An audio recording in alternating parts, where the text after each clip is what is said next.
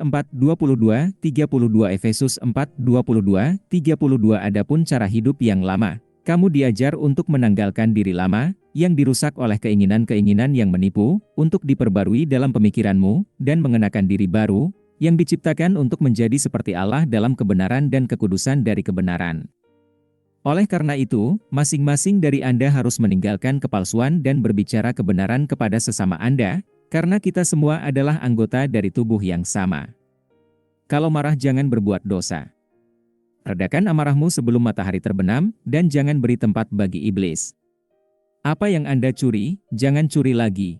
Alih-alih bekerja, melakukan sesuatu yang berguna dengan tangan Anda, sehingga Anda memiliki sesuatu untuk dibagikan kepada mereka yang membutuhkan. Janganlah keluar kata-kata yang tidak baik dari mulutmu, tetapi hanya yang berguna untuk membangun orang lain sesuai kebutuhan, sehingga dapat memberikan rahmat bagi mereka yang mendengarnya. Jangan mendukakan Roh Kudus Allah, yang dengannya Anda dimeteraikan untuk hari penebusan. Buanglah segala kepahitan, amarah, teriakan dan fitnah, serta segala kedengkian. Jadilah baik dan berbelas kasih satu sama lain, saling mengampuni, sama seperti Allah telah mengampuni kamu di dalam Kristus. Efesus 4:22-32 Ada banyak bidang kehidupan yang akan saya bahas dalam pelajaran lain, seperti yang disebutkan dalam Efesus 4:22-32, di mana kita mungkin mendukakan Roh Kudus. Tidak menyenangkan Tuhan ketika kita berbuat dosa. Untuk menyenangkan Tuhan kita harus belajar untuk tunduk pada selera dan pilihannya. Kekudusan. Oleh karena itu, saudara-saudaraku, aku mohon, dengan kemurahan Tuhan, agar kamu mempersembahkan tubuhmu sebagai korban yang hidup, suci, berkenan kepada Tuhan. Ini adalah penyembahan rohanimu.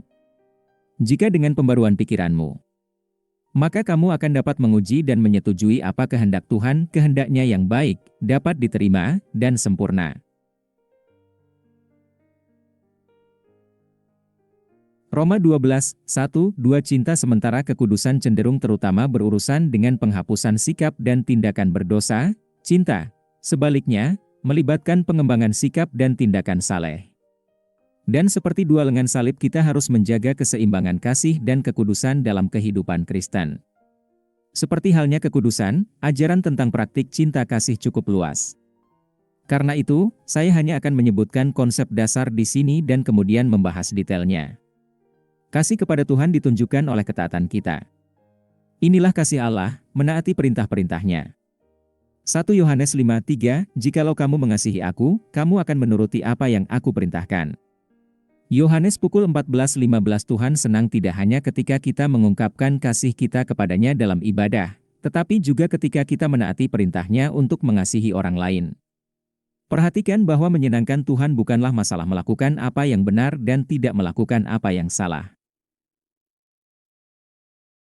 Juga tidak menyenangkan Tuhan terutama tentang melakukan ritual. Sebaliknya, yang terpenting adalah mengadopsi sikap berorientasi aplikasi yang benar. Iman adalah sikap, bukan pekerjaan. Sedangkan iman yang berorientasi pada aplikasi secara alami menghasilkan karya.